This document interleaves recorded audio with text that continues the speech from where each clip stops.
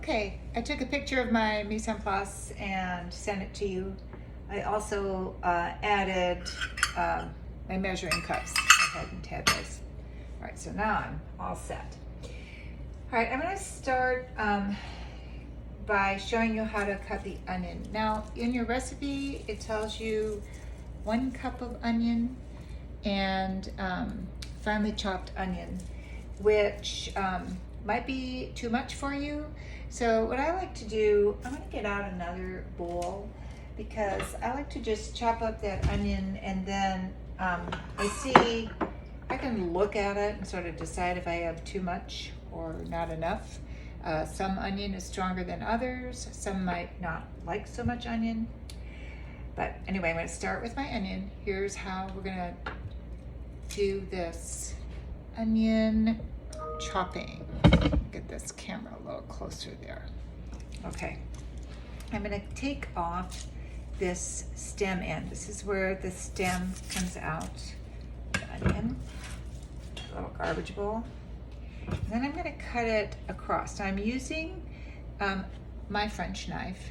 You see, this one has got that tang that extends all along to the bottom, so that's a very good knife. Here's how I want you to hold it. Take your thumb and first finger and hold the blade, and then you wrap your fingers around the handle. So that's a very safe way of holding a knife. Don't put your finger up here, it wobbles. Hold your finger on the blade. Okay, so there's ways of holding your hands which keep you from cutting yourself. This is called a claw. I'm going to put the claw around the onion and I'm going to cut through. I've already sharpened my knife. Okay, now I have my two halves of onion, and I'm going to peel this away. Take that peel off. I had previously washed my onion. Okay, so that's how you peel it off.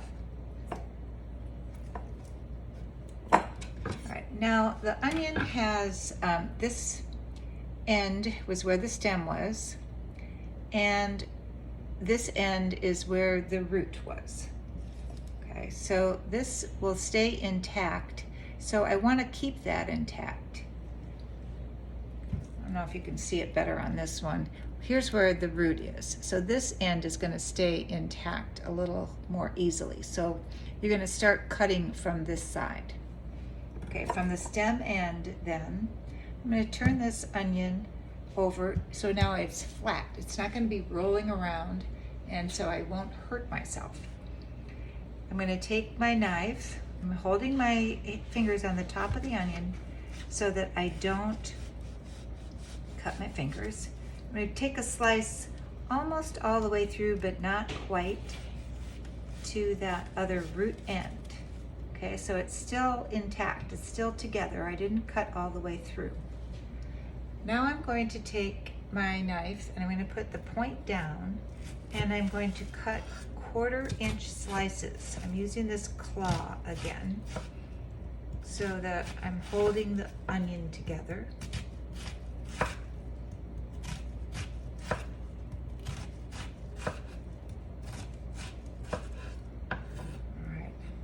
Okay, now my onion has been cut this way twice and this way in about 1/4-inch lengths.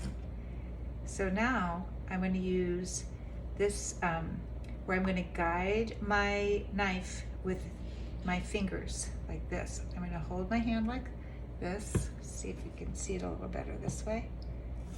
Okay, now I'm going to slice through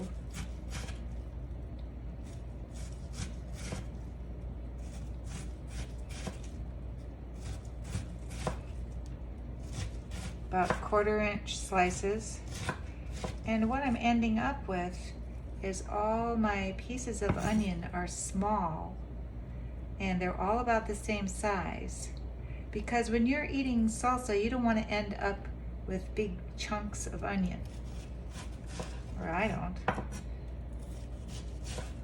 Okay, when I get to this end that I didn't cut up very well, you could just toss that, use it for something else, or you can chop it up. Now this is where the French knife is really nice because you can rock this knife, right? I'm gonna cut it. You see how I'm holding the point of the knife down? The point of the knife stays on the cutting board. You can hold it like this so that your fingers don't curl under.